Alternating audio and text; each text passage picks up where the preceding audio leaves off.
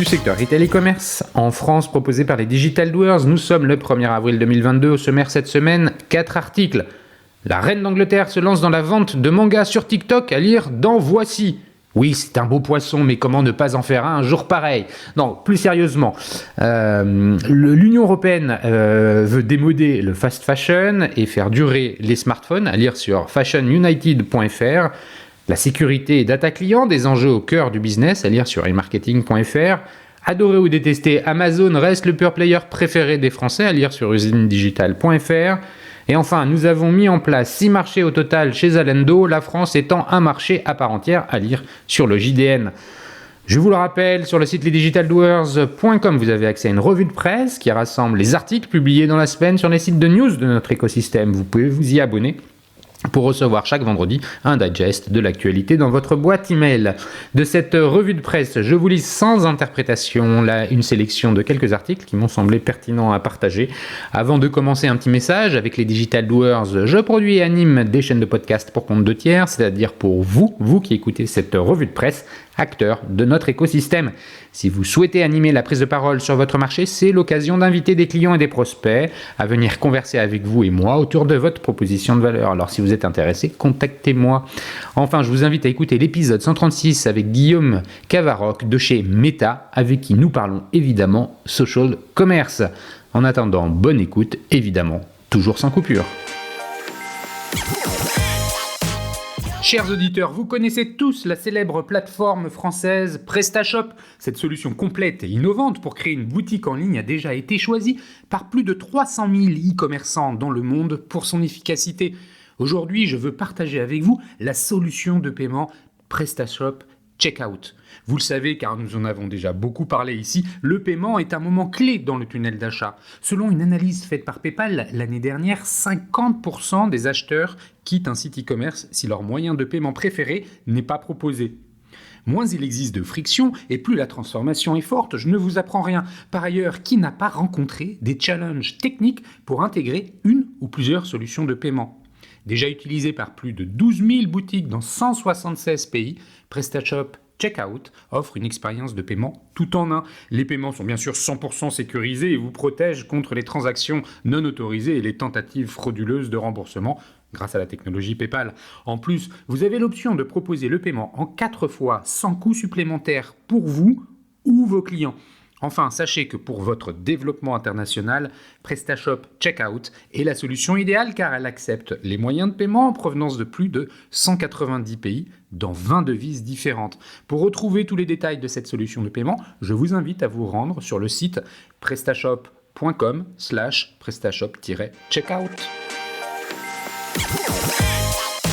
L'Union européenne veut démoder la fast fashion et faire durer les smartphones, à lire sur fashionunited.fr en date du 31 mars.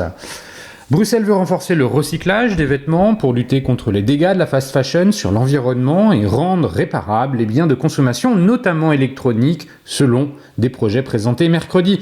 Les vêtements doivent survivre à 3 lavages d'ici 2030. Tous les textiles devront être durables, recyclables, avoir une teneur minimale de fibres recyclées, être sans substances dangereuses, a expliqué le vice-président de la Commission européenne, Frans Timmermans, fustigeant la mode éphémère à prix cassé de médiocre qualité. La feuille de route de l'exécutif européen, qui devra être négociée par les eurodéputés et États membres, propose d'interdire la destruction des articles invendus et de limiter le rejet de microplastiques contenus dans les textiles en durcissant les normes de fabrication et de prélavage industriel. La Commission souhaite également introduire pour les vêtements comme pour une vaste gamme de produits de consommation un passeport numérique sous forme de QR code qui apportera des informations sur la traçabilité et les matériaux aux consommateurs, réparateurs et recycleurs. Comme le label d'énergie qui signale dans l'Union européenne la consommation d'énergie des appareils électroménagers, un nouveau label utilisant les lettres A à G permettrait de savoir à quel point un produit peut être réutilisé, réparé ou s'il est composé de matières recyclées. Chaque personne dans l'Union européenne achète en moyenne 26 kg de vêtements et linge de maison par an, dont 63% sont importés et en jettent quelques 11 kg, soit 5,8 millions de tonnes à l'échelle des 27. Dans le monde où la production de textiles a doublé entre 2000 et 2015, moins de 1% est recyclé et jusqu'à 35% des microplastiques relâchés dans l'environnement viennent de vêtements en polyester ou acrylique. Selon la Commission, jusqu'à 35 emplois sont créés dès que le volume de vêtements collectés pour recyclage ou revente augmente de 1000 tonnes. Le reconditionnement et la réparation des biens de consommation pourraient également se développer. Bruxelles veut rendre la quasi-totalité des biens physiques sur le marché européen plus écologiques et sobres en énergie, dans leur fabrication, l'utilisation, le recyclage et les déchets. Consolider un modèle circulaire européen basé sur la conception écologique. La Commission entend en outre durcir ses exigences sur la conception des produits qui déterminent jusqu'à 80% de leur impact environnemental en imposant l'usage de matériaux plus durables, résistants, voire recyclés et en rendant leur entretien et leur réparation plus faciles, notamment avec un remplacement aisé des batteries de smartphones, indique M. Timmermans. Frustrés par la rapidité à laquelle leurs appareils électroniques se cassent, deviennent obsolètes, ne peuvent être mis à jour ou réparés, les consommateurs pourront d'ici 2025 réparer facilement leurs smartphones dont les composants seront recyclés, souligne l'eurodéputé Pascal Canfin. Pour les matériaux de construction, Bruxelles veut renforcer les règles en vigueur depuis 2011 en harmonisant les standards de performance environnementale et climatique, notamment pour les rendre faciles à remanufacturer pour qu'ils circulent plus facilement.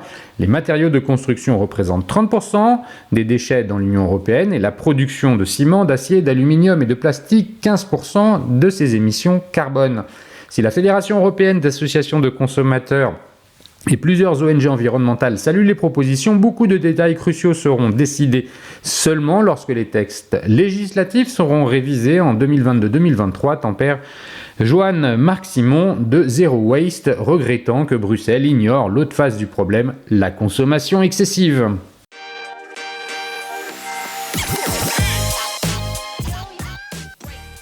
Sécurité et data client, des enjeux au cœur du business, à lire sur emarketing.fr en date du 30 mars. La sécurité des écosystèmes digitaux et de la data client deviennent un enjeu majeur au cœur du business, comme l'explique Philippe Charrer, président fondateur d'Oswald Orb, membre de l'AACC, dans cette tribune. Je suis convaincu que les enjeux majeurs pour les marques en 2022 seront l'éco-responsabilité et la sécurisation des écosystèmes digitaux de nos clients. La pandémie a fortement accéléré la digitalisation de nos clients qui sont aujourd'hui plus que jamais dépendants de leur stratégie digitale. La protection des données et la notion de disponibilité de services sont des enjeux pour les marques. Pour mémoire, l'e-commerce a augmenté de 42% entre 2019 et 2021 et cela n'intègre pas la part de consommateurs qui font leur choix sur un site avant de se déplacer en point de vente. 94% des acheteurs aiment se renseigner sur Internet avant d'acheter et plus de 30% des internautes aimeraient pouvoir échanger en visio avec un vendeur avant de se déplacer en boutique. Or, nous savons tous que le travail de Drive to Store et de fidélisation repose sur la collecte et le traitement des données. La crise sanitaire a accéléré la digitalisation des marques et le nombre de fraudes. L'explosion des fraudes durant le Covid, plus 400%, notamment du fait du télétravail, a multiplié les accès à distance aux réseaux d'entreprises et de nouveaux contextes internationaux avec le conflit en Ukraine fait que le risque de cyberattaque est plus présent que jamais. Une attaque par ransomware peut paralyser l'intégralité des systèmes informatiques d'une société. Pour certaines d'entre elles, la casse se limite à l'outil de production, mais les conséquences peuvent être plus importantes si l'on touche au secteur de la santé, des assurances ou bancaires. Que se passerait-il si vos données confidentielles de santé ou financières étaient du jour au lendemain inaccessibles ou au contraire publié, si votre compteur électrique était mis hors service, si l'intégralité de votre catalogue produit ou vos services n'étaient plus accessibles. La cybersécurité est un choix d'autant plus important que les consommateurs ont pris conscience de l'importance de leurs données et se méfient. 56% des Français ne font pas confiance aux marques quant à l'utilisation de leurs données et 93% affirment être vigilants avec leurs enfants pour qu'ils ne partagent pas leurs données sur Internet. La protection de la vie privée des clients est identifiée comme l'une des tendances majeures de l'année 2022 par Google. Pour être complétée, l'expérience doit donc s'affirmer comme sécurisée, d'autant que dans le cadre d'une fuite de données avérée, la marque a l'obligation de communiquer auprès des internautes concernés, ce qui est catastrophique en termes d'image. Les marques doivent placer la sécurité au cœur de l'expérience client et ne pas hésiter à le faire savoir. Apple l'a compris dès 2016 en mettant en scène l'inviolabilité de son système digital face au FBI et en a fait depuis un argument marketing majeur en proposant sans cesse de nouvelles fonctionnalités de protection des utilisateurs et en affirmant sur son site permettre à ses clients de garder le contrôle de leurs données. La marque se présente aujourd'hui comme le leader de la protection des données clients, un bel exemple d'utilisation de la sécurité comme argument marketing. Les problématiques évoquées ici dépassent les sujets de captation ou de gestion, création de sites internet pour évoluer vers la sécurisation de la gestion d'écosystèmes digitaux complets. Site internet, extranet, intranet, espace client. Et elle suppose une vision globale et nécessairement technique, quelques fondamentaux pour asseoir la sécurité d'un écosystème digital. Code de qualité, TMA régulière, stratégie serveur backup, test d'intrusion. La qualité du code comme choix de départ privilégie une technologie robuste à l'échelle de ces enjeux. Plus de 56% des sites WordPress ne sont pas à jour en termes de sécurité et les failles de sécurité des CMS doivent être maintenues en permanence. Il suffit de travailler sur un site WordPress pour constater l'activité permanente des robots configurés pour hacker les sites, les attaques passant même par de faux correctifs de sécurité disponibles en ligne. La sécurisation des serveurs et leur administration en temps réel, des serveurs dédiés avec une gestion effectuée par un administrateur système permet de s'assurer que l'architecture montre une bonne robustesse. La protection et la sauvegarde des données sont la vraie valeur du web. Pour cela, il est important de mettre en place une politique de sauvegarde pertinente avec redondance de l'infrastructure, sauvegarde délocalisée géographiquement et chez des prestataires différents. Le tout en France pour des raisons évidentes de respect du RGPD et d'éco-responsabilité. Il ne faut pas hésiter à effectuer des sauvegardes physiques des données les plus sensibles pour limiter l'impact d'une coupure Internet. Ce point n'empêchera pas une attaque de se produire, mais permet d'être sûr que si un souci arrive, les données ne seront pas perdues et pourront être rétablies en quelques heures. N'oublions pas qu'après l'incendie des serveurs d'OVH de Strasbourg, de nombreuses sociétés ont perdu toutes leurs données. Certaines ont même entamé une procédure judiciaire commune de type class action contre OVH. L'aspect maintenant, c'est la suite des points précédents. Même si les bons choix sont faits au départ, on le sait, de nouvelles failles sont découvertes tous les jours et un écosystème même très bien conçu, s'il n'est pas maintenu et mis à jour régulièrement, se trouvera rapidement vulnérable. Des tests d'intrusion, c'est à ce niveau qu'un test d'intrusion joue un rôle. Afin de s'assurer que tout est bien en place, nous proposons régulièrement à nos clients de pratiquer des tests d'intrusion menés par des prestataires et indépendants, mais nous sommes surpris de constater que la majorité des appels d'offres ne mentionnent pas de prérequis en la matière et pourtant, les fuites de données concernent de nombreuses sociétés. 3920 fuites de données ont été identifiées en 2020, dont certaines concernant des groupes mondiaux, a fortiori fortement protégés. 280 millions d'enregistrements de clients Microsoft ont été laissés sans protection sur le web. 10,6 millions de clients des hôtels MGM Resort ont vu leurs informations personnelles publiées sur les forums de piratage. 235 millions de profils utilisateurs Instagram, TikTok et YouTube ont été exposés en ligne en 2020. Propriété du courtier en données de médias sociaux Deep Social, dont les activités ont cessé récemment. Un nombre non divulgué d'utilisateurs Spotify ont vu leur mot de passe réinitialisé après qu'une vulnérabilité logicielle ait exposé leurs informations de compte. Demain, les NFT au cœur de la sécurisation de la data client. Moins de 10% des Français ont aujourd'hui la capacité d'acheter des NFT puisqu'il faut pouvoir payer en crypto-monnaie. Mais demain, chaque utilisateur fera le choix d'un NFT personnel pour stocker ses données, historique d'achat, moyens de paiement, etc. Aura une relation complètement différente avec les sites sur lesquels il achètera. Selon Gabriel Manoumani, fondateur de Panda Dynasty, grâce à la blockchain, plutôt que de s'enregistrer sur ces sites avec un identifiant et un mot de passe, les internautes s'enregistreront en connectant leur propre wallet, ce qui leur permettra de relier leurs actions à leur ticket de propriété. Ils pourront alors avoir la mainmise sur leurs données. Dès lors qu'on quittera un site, on pourra repartir avec toutes ces données. Et ce sera ainsi une révolution en termes de sécurisation de la data client. Si je pirate un site avec 20 millions d'utilisateurs et que j'en récupère le fichier, je peux le monnayer et potentiellement détruire l'image de la marque. Si je pirate un site avec 20 millions de clients enregistrés grâce au NFT, je devrais ensuite essayer de hacker 20 millions de mots de passe pour prendre le contrôle de chaque donnée client. Un changement complet de paradigme, y compris d'ailleurs pour la fidélisation client. À méditer.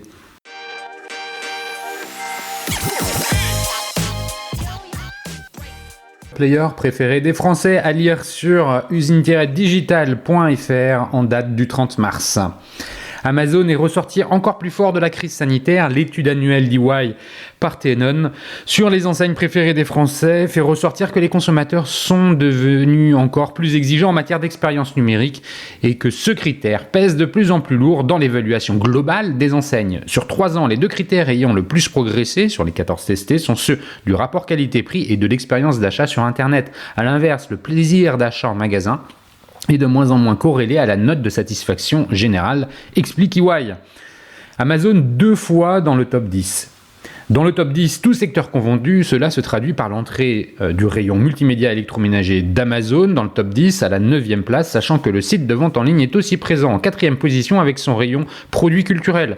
Amazon continue de gagner des fans dans ces 2 univers de produits, mais aussi sur tous les secteurs évalués, hormis la mode. D'autres pure players réalisent les plus fortes progressions de leur catégorie depuis 2020 en termes de satisfaction. C'est le cas d'Uber Eats, qui devient numéro 4 des enseignes préférées des Français en restauration rapide ou à emporter derrière McDo, Burger King et KFC. Plus de 10% des sondés, plus 6,4 points versus 2020, considèrent désormais une des 3 principales plateformes de livraison de repas comme leur enseigne préférée pour la restauration rapide ou à emporter, note l'étude EY. Le web imprime sa marque dans la mode. C'est également le cas de Vinted, 2e enseigne de mode multimarque adulte préférée des consommateurs hexagonaux, derrière un autre pure player, Zalando. Cet univers est littéralement trusté par les plateformes web. Parmi les 13 premiers figurent également Amazon, Azos, VP, Showroom Privé, Spartoo et Vestiaire Collective. L'expérience d'achat en ligne a sans aucun doute également contribué à faire gagner leur galon aux 2 premières enseignes du top 10, tous secteurs confondus, Leroy Merlin, lauréat 2022, avec le plus fort taux de fans, 42%, et a vu le poids de ses ventes en ligne passer de 3,5 en 2019 à 11% en 2021. Decathlon, quasi ex-aequo avec l'enseigne de bricolage, et quant à lui, passé de 7% de son chiffre d'affaires réalisé sur Internet en 2019 à 16% en 2020.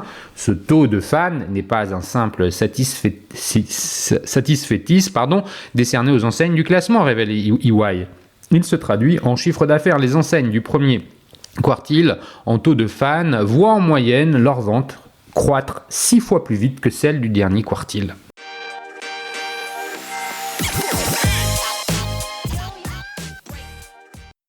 Nous avons mis en place 6 marchés au total chez Zalando, la France étant un marché à part entière, à lire sur lejournaldunet.com en date du 29 mars. La directrice générale de Zalando France détaille les nouveaux services proposés par la plateforme aux marques et aux consommateurs. Comment se porte l'activité de Zalando ? Laura Zalando termine l'année 2021 en croissance de plus de 30% de son chiffre d'affaires et de plus de 34% de son volume d'affaires. Nous avons vécu 2 années particulières où il a fallu faire preuve d'adaptation, mais la demande était très forte. Nous avons accompagné nos clients et nos partenaires en développant des innovations comme Connected Retail. Ce dispositif permet aux magasins physiques de se connecter à notre plateforme et de bénéficier d'une meilleure rotation de leurs produits en magasin tout en profitant de la visibilité sur Zalando pour toucher des millions de clients potentiels en Europe. Actuellement, Zalando réunit 48 millions de consommateurs à travers 23 marchés. L'activité est très solide et s'est développée autour des piliers comme la technologie, la logistique et l'offre grâce à nos 5800 marques présentes sur la plateforme. L'étape d'après consiste à aller encore plus loin en privilégiant une approche locale afin de mieux connaître les habitudes de consommation de nos clients et les évolutions de marché. Quelle stratégie est envisagée pour le marché français en 2022 ? Nous avons mis en place 6 marchés au total chez Zalando, la France étant un marché à part entière. Nous avons opté pour 3 axes majeurs concernant la stratégie de la France. Tout d'abord, l'assortiment est un point central sur lequel nous souhaitons accélérer en encourageant toutes les marques présentes dans les rues commerçantes de France à rejoindre Zalando. Bien entendu, les marques digitales nous intéressent aussi dans la mesure où nous sommes capables de participer à leur croissance sur le digital. L'idée globale étant d'intégrer sur Zalando.fr toutes les marques qui résonnent auprès des consommateurs français. Nous souhaitons que Zalando devienne un réflexe d'achat et le point de départ de référence de la mode au sein de chaque marché. Nous allons également développer davantage de collections capsules en proposant à nos clients des marques internationales de renom qui ne sont pas présentes sur le marché français. Nous souhaitons également accélérer nos partenariats avec les marques en misant sur l'écoulement de leurs invendus, la partie déstockage à travers Zalando Privé, les campagnes marketing avec Zalando Marketing Services ou encore la logistique grâce à Zalando Fulfillment Solutions. Notre éventail de services favorise le développement de nos marques à l'international ou sur le marché français. Enfin, la qualité de service est un élément clé de notre plateforme. Nous avons récemment développé notre programme de fidélité Zalando Plus qui compte 1 million de membres en Europe et qui offre la livraison express gratuite ou l'accès à des collections capsules en avant-première. Quelles sont les spécificités des consommateurs français de la plateforme Zalando ? En France, la mode est partout, jusqu'au musée, aux grands magasins et dans la pop culture. La mode fait partie intégrante de la culture française. L'achat mode implique une certaine émotion et un amour des marques. Les consommateurs français sont très avertis sur le sujet et adorent le mixed and match en se procurant à la fois des vêtements sur Inditex et chez des marques de luxe. C'est le principe de la mode française qui positionne Zalando comme la bonne réponse pour des consommateurs français. Notre offre est très large et adresse tous les positionnements prix. Quels sont les objectifs de Zalando en matière de valorisation des marques éco-responsables ? L'éco-responsabilité a été mise en place en 2019 chez Zalando. Cette année-là, 16% de notre volume d'affaires était généré par des marques éco-responsables contre 21% en 2021 et nous visons 25% en 2023. Pour y parvenir, nous comptons intégrer plus de marques éco-responsables sur la plateforme pour répondre aux attentes des consommateurs. Grâce à nos campagnes marketing, nous allons délibérément pousser ces marques sur la base des critères d'une vingtaine de labels existants. Notre objectif est de faire partie de la solution. Nous sommes conscients que l'industrie de la mode a des défauts, mais notre but est justement d'influencer l'industrie dans le bon sens sur le sujet de l'éco-responsabilité. Comment évolue votre offre de seconde main depuis sa mise en place en 2020 ? Notre ambition est d'accélérer la circularité de nos produits à travers notre offre de seconde main lancée en octobre 2020. En 2021, nous sommes passés de 20 000 produits de seconde main à 245 000. Notre offre de seconde main est spécifique car nous avons opté pour un modèle C2B2C. Concrètement, le client renvoie son produit à Zalando, celui-ci est lavé, traité et pris à nouveau en photo avant sa mise en vente sur la plateforme de seconde main. Le client final a ainsi accès à toute la qualité de service de Zalando qui comprend la livraison gratuite, le retour gratuit ou encore le dispositif « Essayez d'abord, payez après ». Notre service de seconde main est donc plutôt premium. Quels sont les investissements technologiques prévus en 2022 ? Nous avons énormément investi dans la technologie et la personnalisation. L'analyse de la data et le machine learning nous permettent de mettre en avant les bons produits aux bons clients. Cela nous aide également à améliorer notre qualité de service et notre taux de retour de 10 points en 2021 à l'échelle de Zalando en Europe. En 2022, la technologie sera mise au service de l'inspiration et notamment en collaborant avec des influenceurs grâce à l'opération Adopter le look. La technologie permettra de pousser aux consommateurs des tenues et des influenceurs pertinents par rapport à leur profil.